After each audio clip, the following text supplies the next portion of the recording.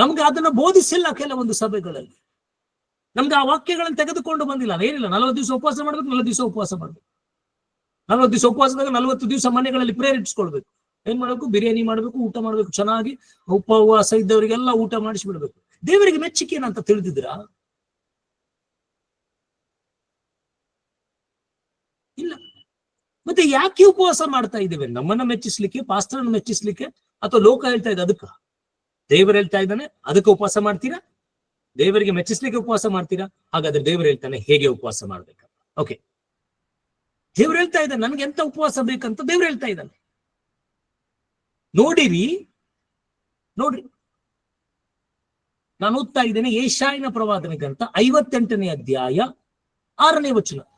The book of Isaiah chapter 58 verse 6. ನಿಮ್ ಬೈಬಲ್ಗಳ ಇದೆಯಾ ಅಥವಾ ನಿಮ್ ಪಾಸ್ಟರ್ಸ್ಗಳ ಬಳಿಯಲ್ಲಿ ಬೈಬಲ್ ಇದೆ? ನಿಮ್ಮಲ್ಲಿ ಬೈಬಲ್ ಇಲ್ಲ. ಹಿಗಿರಿ. ದೇವರು ನಿಮ್ಮನ್ನ ನ್ಯಾಯ ತೀರ್ಪು, ನನಗೆ ನ್ಯಾಯ ತೀರ್ಪು ಮಾಡಬೇಕಾದ್ರೆ ನನ್ನ ಮನೆ, ನನ್ನ ಕುಟುಂಬ, ನನ್ನ ಕೈಯಲ್ಲಿರುವಂತ ಬೈಬಲ್ನ ಪ್ರಕಾರ, ನನ್ನ ಪಾಸ್ಟರ್ನ ಪ್ರಕಾರ ನನ್ಗೆ ನ್ಯಾಯ ಮಾಡಂಗಿಲ್ಲ.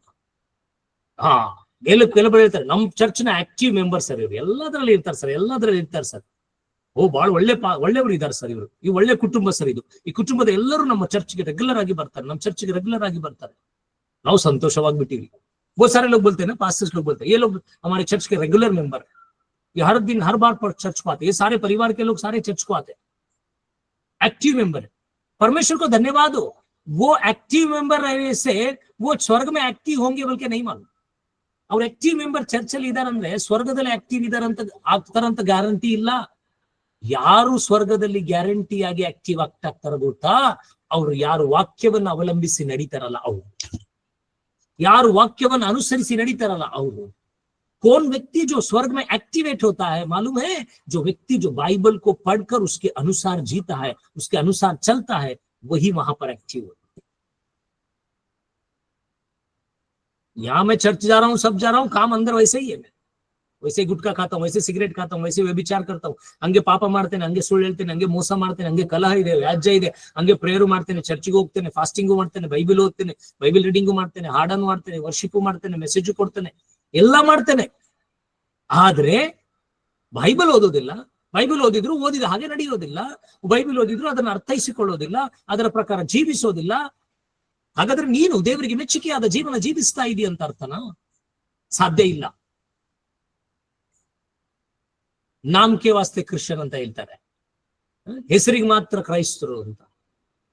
ಹೆಸರಿಗೆ ಕ್ರೈಸ್ತರಿದ್ದವರನ್ನ ಕರ್ಕೊಂಡು ಹೋಗೋದಿಲ್ಲ.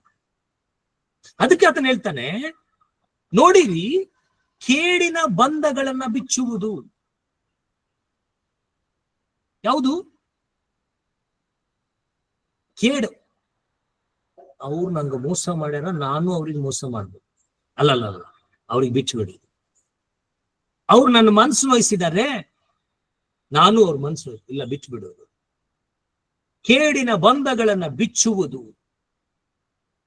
ನನ್ಗೆ ಏನ್ ಮಾಡಿದ್ದಾರೆ, ಯಾವ ಉದ್ದೇಶದಿಂದ ಮಾಡಿದರೆ ಅದು ಯಾವುದು ನನ್ಗೆ ಸಂಬಂಧ ಇಲ್ಲ. ನಾನು ಅವರನ್ನ ಬಿಚ್ಚು ಬಿಡ್ತಾ ಇದ್ದೇನೆ. ಅವ್ರು ಇಂಡಿಪೆಂಡೆಂಟ್, ಅವ್ರು ಆಜಾದ್. ಅವ್ರಿಗೆ ನನ್ಗೆ संबंध ಇಲ್ಲ. मेरे लिए कोई भी बुरा कर रहा है, मेरे बारे में कोई बुरा सोचा है, मेरे बारे में कोई गलत बोल रहा है, मेरे को उसको कुछ भी संबंध नहीं है. मैं उसको छोड़ दे रहा हूं, मैं पकड़ कर नहीं रखा हूं. मेरे को कैसा बोले वो लोग, ಹೆಂಗಂದ್ರು ಅವ್ರು ನನ್ನ ಲೈಫ್ ನನ್ನ ಮನಸ್ಸಿಗೆ ಹೆಂಗ್ ನೋಯಿಸಿದ್ರು, ಹೆಂಗ್ ಹರ್ಟ್ ಮಾಡಿದ್ರು, ನನ್ನ ಕಟ್ ಹಾಕ್ತಾ ಇದ್ದೀರಿ ನೀವು ಬಂಧನದಲ್ಲಿ. ಅವರು ಇಲ್ಲ, ಬಿಚ್ಚ್ರಿ ಅವುಗಳನ್ನ ಬಿಟ್ಟು ಬಿಡ್ರಿ ಅವರು ದೇವರಿಗೆ. ಯಾಕಂದ್ರೆ ಬೈಬಲ್ ಹೇಳ್ತದೆ ನ್ಯಾಯ ತೀರ್ಪು ಕರ್ತರದಿದೆ. ನ್ಯಾಯವು ಕರ್ತನದಾಗಿದೆ, ನಮ್ಮದಲ್ಲ. ನಾವು ಜಸ್ಟ್ ಅವ್ರಿಗೆ ಬಿಟ್ಬಿಟ್ಟು ಕೇಡಿನ ಬಂಧಗಳನ್ನ ಬಿಚ್ಚು. ನೋಡಿರಿ, ಮತ್ತೆ ಹೇಳ್ತಾ ಇದ್ದಾನೆ, ನೊಗದ ಕಣ್ಣುಗಳನ್ನ ಕಳಚುವುದು. ಒಂದು 10 ರೂಪಾಯಿ, ಒಂದು ವರ್ಷ, ಒಂದು 50,000 ಅವ್ರಿಂದ ನಾವು ತಗೊಂಡಿದ್ದೇವೆ. ಅವ್ರು ನಮ್ಮಿಂದ ತಗೊಂಡಿದ್ದಾರೆ, ಕ್ಷಮಿಸಿ. ಅವರನ್ನ ತೆಗೆದುಕೊಂಡು ಬಂದು ದಾಸತ್ವದಲ್ಲಿ ಇಡೋದು. 50,000 हमारे से कोई लिया है, उसको लेके आके हमारे पास रखकर हम उसके ऊपर अधिकार चला रहे, क्योंकि पुराने नियम में ऐसे कर रहे थे लोग. ನಾವು ಬಿಡೋದಿಲ್ಲ. ನೋಡಿ, ಎಕ್ಸಾಂಪಲ್, ನಾವು ಯಾರಿಗೊಬ್ರಿಗೆ ಸಹಾಯ ಮಾಡಿದೇವೆ ಅಂದ್ರೆ ಅವ್ರು ನಮ್ಮ ಮನೇಲಿ ದುಡಿಬೇಕ್ರಿ, ಪೂರ್ತಿ ನಮ್ ಮಾತು ಕೇಳ್ಬೇಕು. ನಾವಿಷ್ಟೆಲ್ಲ ಹೆಲ್ಪ್ ಮಾಡಿದೀವಿ, ನೀವು ಜೀವನ ಪರ್ಯಂತ ನಮ್ಗೆ ಹೆಲ್ಪ್ ಮಾಡ್ಬೇಕು. हम आपको सहायता किए, मदद किए ना, तो फिर हम आप हमको मदद करना. कब तक? जब तक जान है तब. ನಾವು ಮಾಡಿದ್ದನ್ನ ಆ ಉಪಕಾರಕ್ಕೆ ಪ್ರತ್ಯುಪಕಾರ ಬರುವವರೆಗೂ ನಮ್ಮ ಜೊತೆಯಲ್ಲಿ ಇರಬೇಕು ಅಂತ ಅವರಿಂದ ಪ್ರತಿ ಎಲ್ಲಾ ಕೆಲಸಗಳನ್ನು ತಗೊಳ್ತೇವೆ. ಫಾರ್ ಎಕ್ಸಾಂಪಲ್, ಈ ದಿನಗಳಲ್ಲಿ ಅದೇ ಆಗ್ತಾ ಇದೆ. ಗವರ್ನಮೆಂಟ್ ಆಫೀಸರ್ಸ್ಗಳು, ಗವರ್ನಮೆಂಟ್ ವರ್ಕರ್ಸ್ಗಳು ಏನ್ ಮಾಡ್ತಾ ಇದ್ದಾರೆ? ಅವರ ಕೆಳಗಡೆ ಇರುವಂತವರ ಲೇಬರ್ಸ್ಗಳ ಜೊತೆಯಿಂದ ಕೆಲಸಗಳನ್ನು ತೆಗೆದುಕೊಳ್ತಾ ಇದ್ದಾರೆ ಅನ್ಯಾಯವಾಗಿ. ಅವ್ರ ಕೆಲಸ ಒಂದೇ 2 ಅವರ್ಸ್ ಮಾಡ್ಬೇಕು, 8 ಅವರ್ಸ್ ಮಾಡ್ಬೇಕು. ಅದು ಆಫೀಸ್ ವರ್ಕ್ ಮಾಡ್ಬೇಕಾದ್ರೆ ಅವ್ರ ಮನೆ ವರ್ಕ್ಗಳು, ಕುಟುಂಬದ ವರ್ಕ್ಗಳು, ಅವ್ರ ಪರ್ಸನಲ್ ವರ್ಕ್ಗಳು ಎಲ್ಲ ಮಾಡಿಸ್ಕೊಳ್ತಾ ಇದ್ದಾರೆ. ಬೈಬಲ್ ಅದೇ ಹೇಳ್ತಾ ಇದೆ. ಆ ದಿನಗಳಲ್ಲಿ ಹಾಗೆ ಅನ್ಯಾಯವಾಗ್ತಾ ಇತ್ತು, ಈ ದಿನಗಳಲ್ಲಿ ಹೀಗೆ ಅನ್ಯಾಯ. ಎಸ್ ಸಿಸ್ಟರ್, ಓದಿ ನೋಡಿ. ನಂಗ ಅಂದ್ರೆ ಬತ್ತಲೆ. ಬೈಬಲ್ ಹೇಳ್ತಾ ಇದೆ ನೋಡಿ, ಹಸಿದವರಿಗೆ ಅನ್ನವನ್ನ ಹಂಚುವುದು. ಯಾರಿಗಂತೆ? ಹಸಿದವರಿಗೆ ಅನ್ನವನ್ನ ಹಂಚುವುದು. ಉಪವಾಸ, ದೇವರಿಗೆ ಇಷ್ಟವಾದ ಉಪವಾಸ ಏನಂತ ಅಂದ್ರೆ ನೀವು ಲಿಸ್ಟ್ ಮಾಡ್ಕೊಳ್ಬಹುದು ನೋಡಿ. ದೇವರಿಗೆ ಮೆಚ್ಚುಗೆಯಾದದ್ದು ಯಾವುದಿಲ್ಲ, ಒಂದು ಪೇಪರ್ ಅಲ್ಲಿ ಬರ್ಕೊಳ್ರಿ. ಒಂದ್ ಕಡೆ ಪೇಪರ್ ಅಲ್ಲಿ ಬರ್ಕೊಳ್ರಿ. ದೇವರಿಗೆ ಮೆಚ್ಚುಗೆಯಾದ ಉಪವಾಸ ಯಾವುದು, ದೇವರಿಗೆ ಮೆಚ್ಚುಗೆ ಇಲ್ಲದ ಉಪವಾಸ ಯಾವುದು, ನೀವು ಬರ್ಕೊಳ್ಳಿ. ಸ್ಕೂಲಲ್ಲೆಲ್ಲ ಮಾಡ್ತೀವಲ್ಲ ಹಾಗೆ ನಿಮ್ಗೆ ಅರ್ಥ. ಬೈಬಲ್ ಹೇಳ್ತಾ ಇದೆ ದೇವರಿಗೆ ಮೆಚ್ಚುಗೆಯಾದ ಉಪವಾಸ ಏನಂದ್ರೆ ಹಸಿದವರಿಗೆ ಅನ್ನವನ್ನ ಹಂಚುವುದು. ಹಾಗಾದ್ರೆ 40 ದಿವಸ ಉಪವಾಸ, ಫಾಸ್ಟಿಂಗ್ ಪ್ರೇಯರ್ಗಳು ಇಟ್ಕೊಂಡು ಯಾವ ಹಸಿದವರಿಗೆ ನಾವು ಊಟ ಮಾಡಿಸ್ತಾ ಇದ್ದೇವೆ?